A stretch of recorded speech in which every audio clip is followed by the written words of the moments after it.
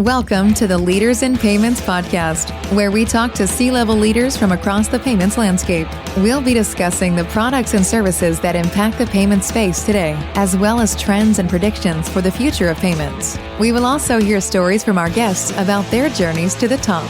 Hello, everyone, and welcome to the Leaders in Payments podcast. I'm your host, Greg Myers, and this episode is part of our Women Leaders in Payments Month, something we do every year in the month of July, and it's one of my favorite times of the year. This year's theme is redefining leadership, influence, impact, and innovation. So those are some of the things you're going to be hearing about during the month of July. So first, a special thank you to our sponsors. Our title sponsor is WorldPay. Our participating sponsors are VisiPay and PayRock. And our episode sponsors are The Clearinghouse, Ingenico, and PaySafe. So special thanks to those companies. So for this episode, I'm super excited for our guest. Today we have Maggie O'Toole, the Chief Client Officer at Dash Solutions. So Maggie, thank you so much for being on the show today and welcome to the Leaders in Payments podcast. I'm so excited to be here. Thank you for having me. Absolutely. Well, let's start with a little icebreaker. So if you could have dinner with any woman in history, past or present, who would that be and why? And what type of restaurant would you go to? So there are so many amazing women that I love to sit down with and chat.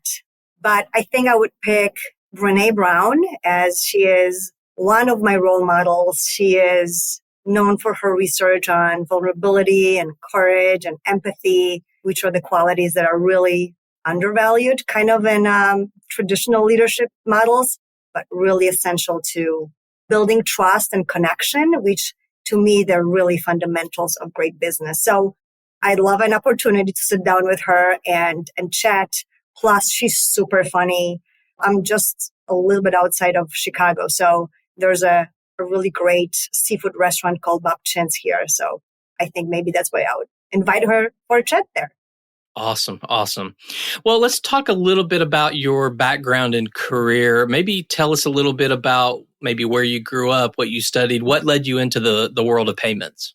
Yeah, there's a lot there to unpack. My story begins in Poland. So that's where I was born. That's where I was raised. And I would say that from a really young age, I kind of dreamed about coming to America and building a meaningful, amazing, rich life on my own terms. So after I graduated college, I made a life-changing decision about moving to Chicago. So that was 2001. When I look back at that time, I think it was both crazy and courageous, but I was full of hope and dreams coming here. And the one thing that stands out to me about that time is that I quickly realized that my mindset and my outlook would really play a big role in shaping my life, really. And I don't remember the exact moment when it clicked for me. But what stood out for me is that a lot of people, successful people that I either encountered or studied, I noticed that they had a different approach to life. They weren't complainers and they were really proactive and focused and intentional. And they took ownership of their path. And that really inspired me to do the same. So in those early days, it would have been so easy to focus on what I didn't have and what I lacked. I moved here with $300 in my pocket that my grandma lent me, and I didn't know the language. I didn't understand the culture. I didn't have family or support system, right? So I was really on my own, but I chose to see this life as full of possibilities. And I thought about language. I'm like, I can learn it, right? And money, I can earn it. I'll figure it out. A support system. If I focus on the right things, I can attract the right people into my circle. So that mindset served me really well. But I also don't want to paint an overly glamorous picture here because those beginnings were really hard. I took on jobs as a bartender and a waitress and a secretary, but that chapter also helped me shape my vision for the future and fueled my drive to achieve more. I wanted more out of life. So I was determined to create my own story And one of the things that I knew I had to do is I needed education to open some doors for me here. So I went on and I got my American bachelor's and in business. And then I got my MBA. And that helped me a lot because it helped me be surrounded by like-minded people, both students and teachers, helped me think bigger about the world and opportunities that existed. So that's a little bit of like the early days. And I didn't consciously choose a career in payments. I rarely meet anyone that does. We kind of was like stumble upon it, you Right. know, but my journey led me to it. So my first professional role was at the bank. It was at JP Morgan Chase. And I enjoyed it. It was a great entry point into financial services.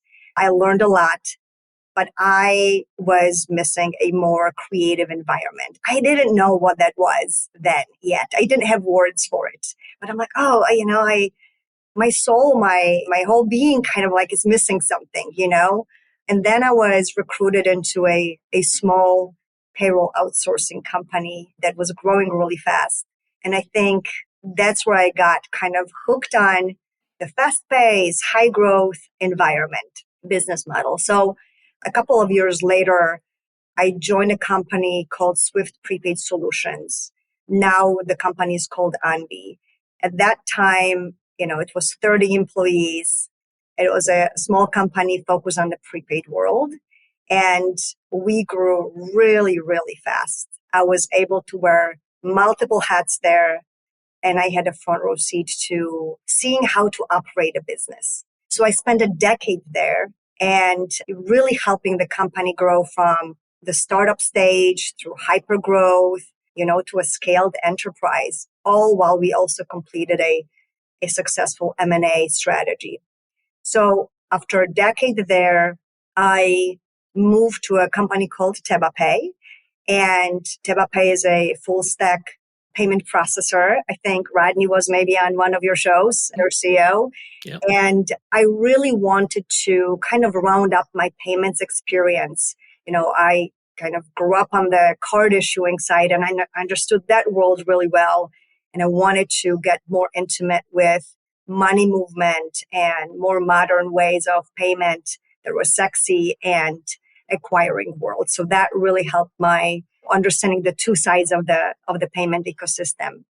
And I would say that through all the companies, I was always positioned to represent the company externally, either with clients or with strategic partners. I work a lot with Visa and MasterCard and processors, all these different organizations, which I genuinely really enjoy because I love building relationships and representing the brand. And today I am at Dash Solutions, an amazing payments and engagement company with great leaders. Super happy to be here and be a part of this growth chapter for us.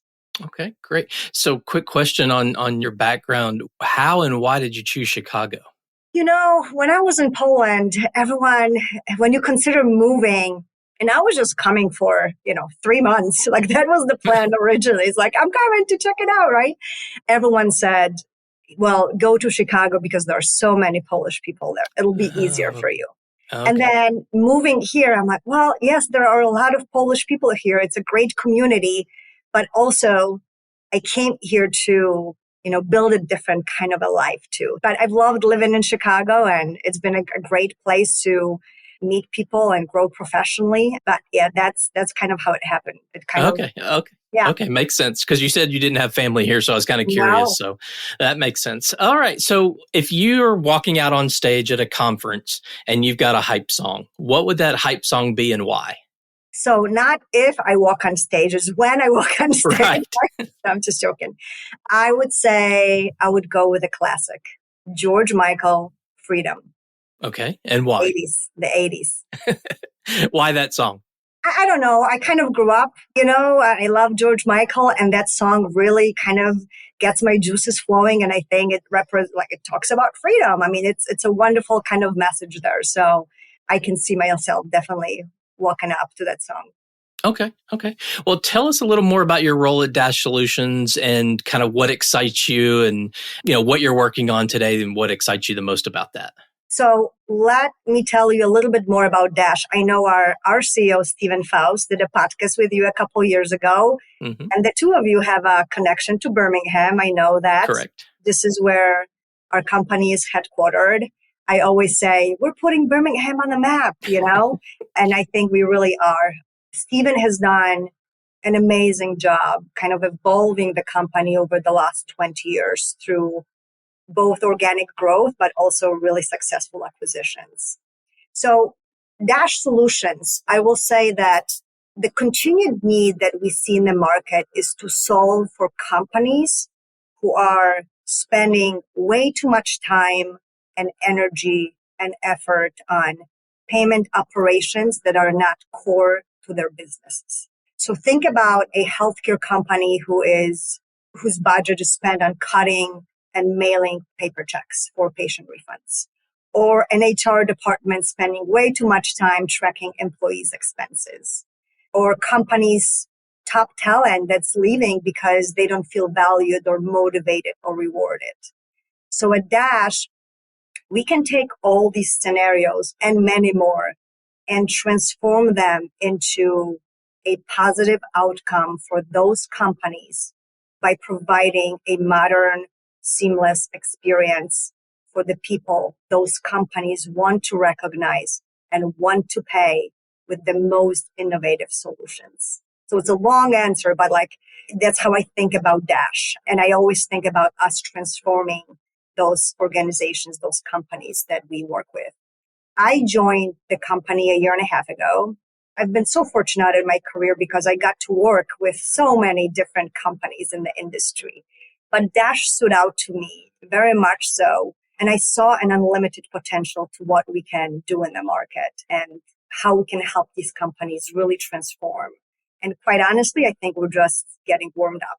So I have taken on a new role a few months ago to serve as the company's first chief client officer. And I'm very proud of this role and this recognition, just even thinking about, where I was 20 years ago and where I am now and all of that. So, I love the role because I believe it's really aligned with my skill set. But of course, it stretches me in many new ways as well, which I think that's how it should be. So I'm responsible for our client success organization, which focuses on client experience at large. So that includes client onboarding and ongoing relationship management with our clients.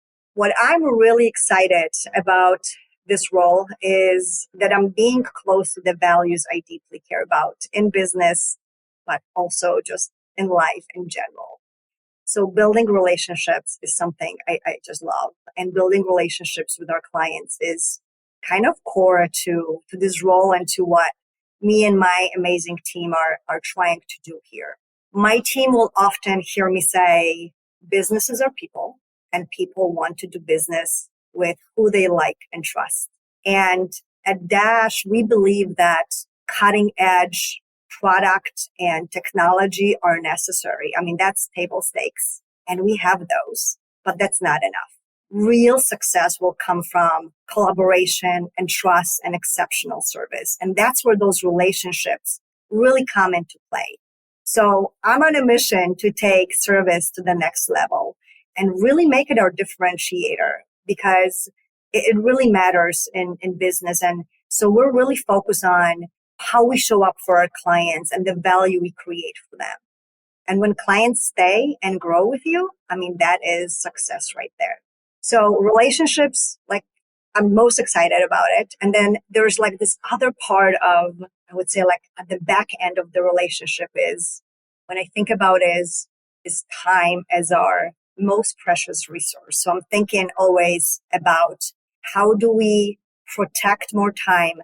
How do we create more time to spend it on the things that matter the most? So if we want to be spending the most time on those relationships and being present and being in front of our clients and creating deeper connections, there's things that we have to also remove. And I call it, we got to remove the noise. Okay. So really you have to understand where the noise is coming from internally, what's distracting us from being more involved with clients, Maybe it's internal processes that are outdated, that don't support execution. Maybe it's redundant communication, manual ways of working, exploring an AI, right? All of those things. So there's the relationship component, but there's also almost like this operational and efficiency driven component, but really in support of this main objective. So I am excited about kind of both parts of this role and about working smarter so we can spend more time with our clients.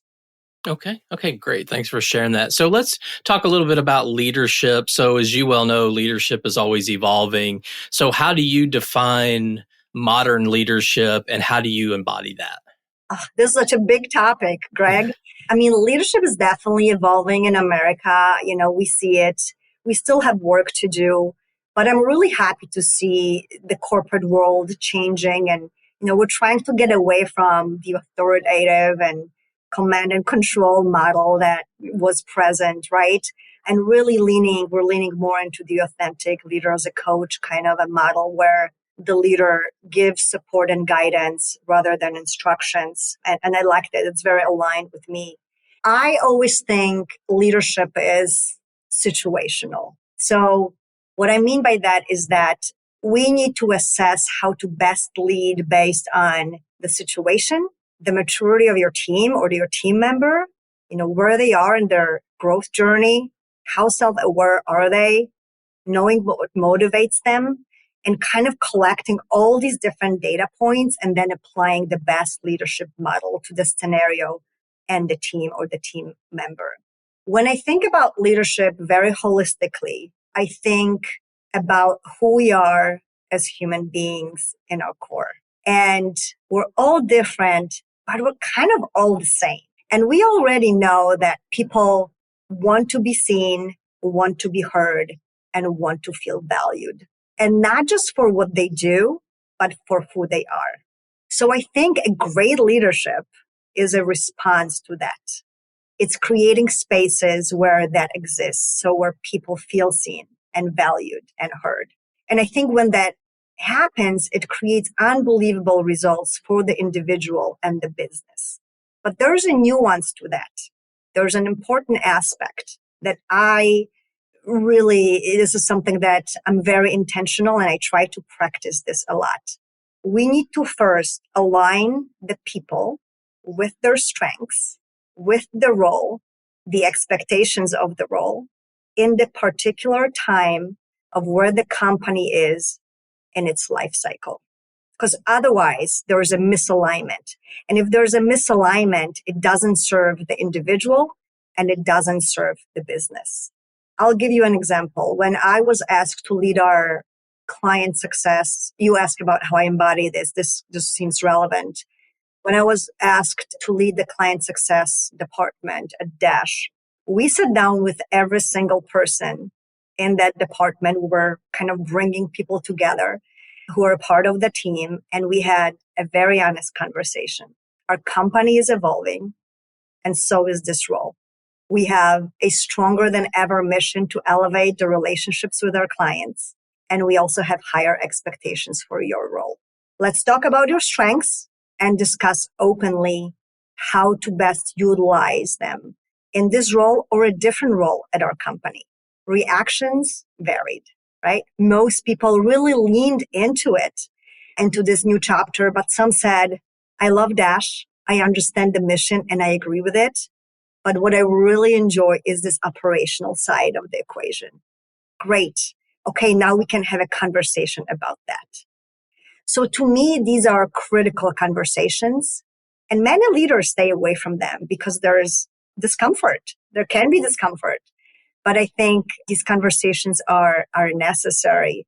And if you approach them with care and compassion and honesty, the results can really be transformative. The other thing that, when I think about leadership is I always go back to, it is not about me. Really, it is not about me. It is about others. So I think being in a leadership position is an honor and privilege. And I constantly challenge myself, asking myself, how am I showing up for my team? Am I helping them unblock unnecessary barriers, right? To help them be more successful? Do I empower them to make decisions? And I think being reflective on our own performance in these roles is required when you're a leader. I mean, leadership is a big topic and I can go on, we can spend a whole day talking about it. But the one more thing I'll mention is when I think about leadership, I think about it's a sum of all intangible small things that you do each day that maybe nobody notices in the moment.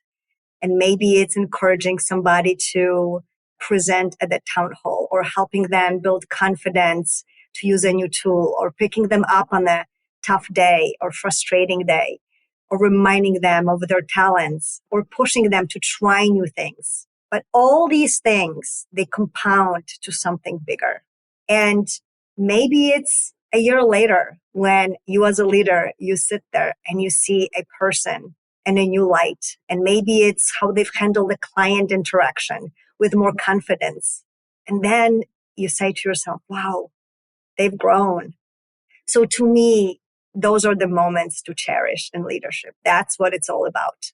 Okay, great. So during your career, have you had one of those, I call them aha moments, but one of those really moments that maybe kind of defined you or your career? When I look at my life and I think about kind of if I think about the best decision or the most important decision that impacted my life and my career, I mean, it's moving to the US. So it wasn't directly, connected to my career or anything like that, but it was the beginning of forming this life and this vision for what it can be. And when I look at my life, I always kind of point to that decision as my defining moment. Okay. Well, what's something that you believe female leaders can bring to the table that the industry needs more of? Well, I will say that what I'm observing in the industry is I will say, a lot of admiration and pride is that more and more women demonstrate their presence with confidence and boldness, proving that they belong in this field, which really was a male-dominated field for a very long time. And so what do we bring? I think we bring a whole different world of experiences with us. We bring a unique and a valuable perspective to the industry. I think what we talked a little bit before is like we are redefining leadership by embracing transformative styles that prioritize teamwork and prioritize empowerment. And there's a more compassionate approach to managing teams. You got to have that alignment and strengths, but there is the compassionate approach, right? I think that the impact of women in leadership positions extends beyond any type of metric. We love to measure everything here, but I think this is something that is so intangible and so important. When female leaders serve as role models, they inspire young girls to aspire to roles that were traditionally more man-dominated. And it has a ripple effect. It encourages more women to pursue higher education and career aspirations. And I think when that happens, we're just fostering more inclusive and equitable society. Yeah, absolutely agree with that. So let's talk a little bit about innovation and influence. So as we've talked about, and everyone knows, this industry is changing fast. I mean, maybe every industry says that, but certainly the payment space is changing fast. So how do you stay innovative as a leader? Number one, I love that it changes because otherwise we all would be bored, right? Right. So it's changing and it evolves. It attracts, I think, people who really thrive in that environment. When I think about innovation, to me, innovation starts with curiosity. It starts with curiosity and connection. So I personally just actively seek out different perspectives, and I really enjoy that beyond my day to day. So that's maybe staying in touch with my mentors and leaders from other companies, with peers across the industry. Those conversations always spark fresh thinking and kind of get my juices flowing. At work, I love when we get to challenge assumptions and explore possibilities. So my motto here is question everything. And it might be, what if we had to start from scratch? What if we're doing this project again?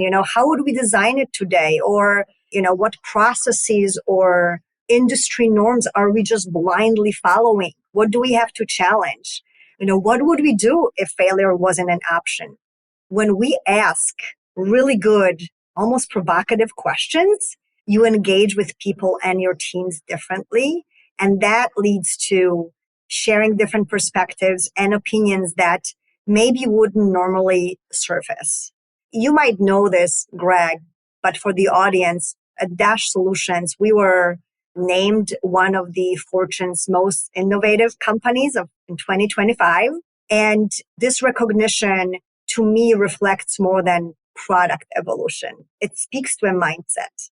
And we really foster psychological safety and embrace a growth mindset. And that's an environment that you need where people feel safe to challenge the status quo, to ask these questions. And I think that's where kind of bold ideas initiate. So what's one thing or one trend in the industry that you're watching closely? I'm watching a lot of trends. There's a lot of buzz about a lot of things, right? AI, stable coins, all of that. One of the things that interests me is the executive order that was issued in March of this year that mandates that U.S. Treasury eliminates paper checks for all federal disbursements by the end of September. So I think from the overall industry experience perspective, the government was always the slowest to make any changes and adapt to more modern ways of paying. I think it can set a tone for other sectors in the market to reevaluate how they're managing payments. At Dash, we have leaned very heavily into the healthcare space, and we've seen a lot of success there. Patient refunds, copay reimbursements. Historically, healthcare was also not the fastest, sector to embrace change, but they really started to recognize that they had to start meeting their patients' expectations for how they wanted to get paid. So that means, immediate, contextual, kind of choice-driven access to money. So I think between healthcare making strides, moving into the digital payments era, and the government transforming, maybe, who will follow suit? What industry will kind of get next? Because I really want to help them, take them into the future or the present, So we'll see. But I'm kind of watching what's going to happen there. Okay. Well, we've been talking about the death of checks for a long, long time. So maybe we're still alive. Can you believe we're still talking about checks? Yeah, it's funny because we don't write checks, like we pay everything online or whatever.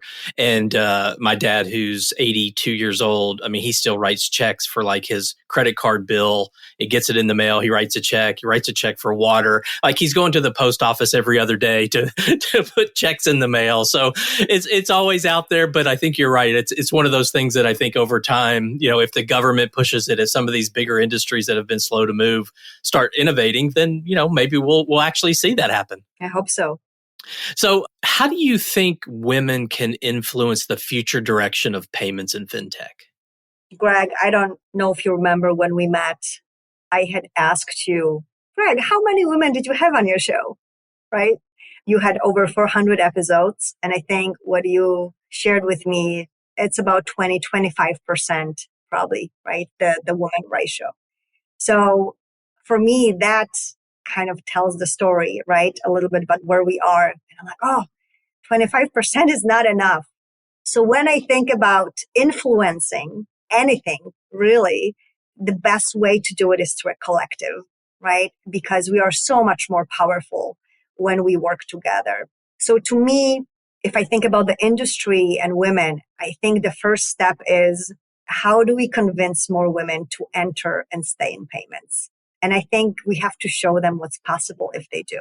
If an organization has many inspiring women in leadership positions, it naturally encourages other women to aspire to reach to the top. It creates the domino effect that's really important.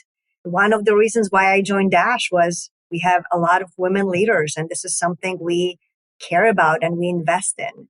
And I think, secondly, women have the power to redefine leadership in this space by modeling this more inclusive, human-centered approach and creating room for more voices to be heard. So I think at the time where our industry is under greater scrutiny and is being held to higher standards, all good things, our influence won't come from just being bold. It will come from being consistent and trustworthy and deeply people focused. And I think these are the qualities that most women leaders already embody. And it's what the industry just needs more of right now and in the future. Yeah. Well, this is kind of a good segue. Let's talk about mentorship and impact. Have you had mentors from the industry, whether, close or from afar, and who are they and how did they really influence you? So many, really, directly and indirectly having an impact on me. But the one person that comes to mind to me is Nancy Ginsburg. And Nancy is the co-founder of Swift Prepaid Solutions, which is the company I spent 10 years with. She co-founded that company with her best friend, both of them being in their mid-60s. So when I joined the company, Nancy was in her early 80s. She was and is unbelievable. She was the first person in the office answering customer service calls. She was always positive, always with a new idea, and believing that anything is possible. So when I looked at her story, and I was early in my career, I'm like, this lady started a business in her golden years without a business background. She was an artist. Okay. I'm like, she didn't have to do any of it, but she did. And it inspired all of us. So being around someone like that early in your career really normalized my vision for a life with big dreams. So I always want to give thanks to her for starting the company and really inspiring all of us. Okay. And I ask this a lot as kind of a follow-on question because I think it's important, and especially with the different sizes of companies that are on the show, right? So we're going to have really big companies and smaller companies. The really big ones might have formal mentorship programs that women or men can get involved in, right? So it's structured, it's on you to do, but you have something to follow. Smaller companies and even some mid-sized companies just don't have that.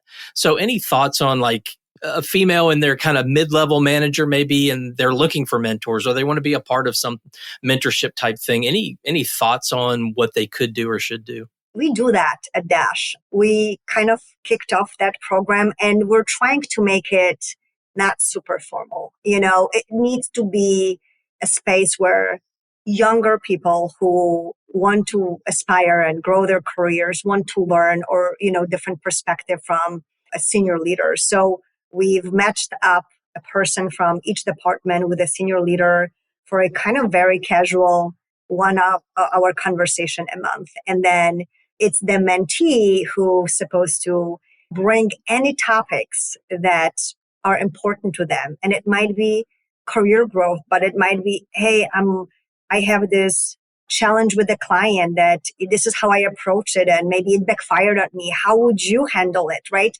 You can bring any situation that is important to you, either short term or long term. So I think it puts the mentee in a very powerful position to drive those conversations in the way that's most meaningful to them. I always tell everyone, you're the CEO of your career. So also I will say, don't wait for a mentorship program. Don't wait for certain things to be created for you. If there's things that you want, you got to go after it. You got to ask for it. Like, what is the worst thing that's going to happen, really?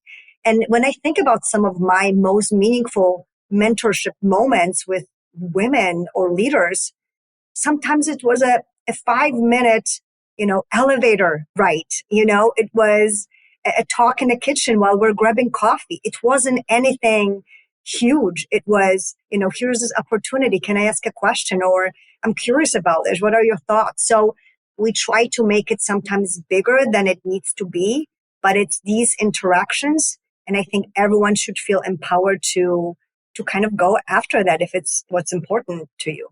Right, right.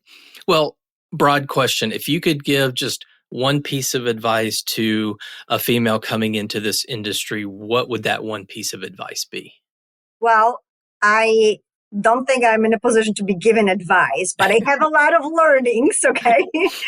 And I think one learning that I'd love to share for anyone who's considering entering the space or is starting out, and I will say finding your tribe is something that I keep going back to. And what I mean by that is you might be a superhero, and you probably are, but you can't always do it alone.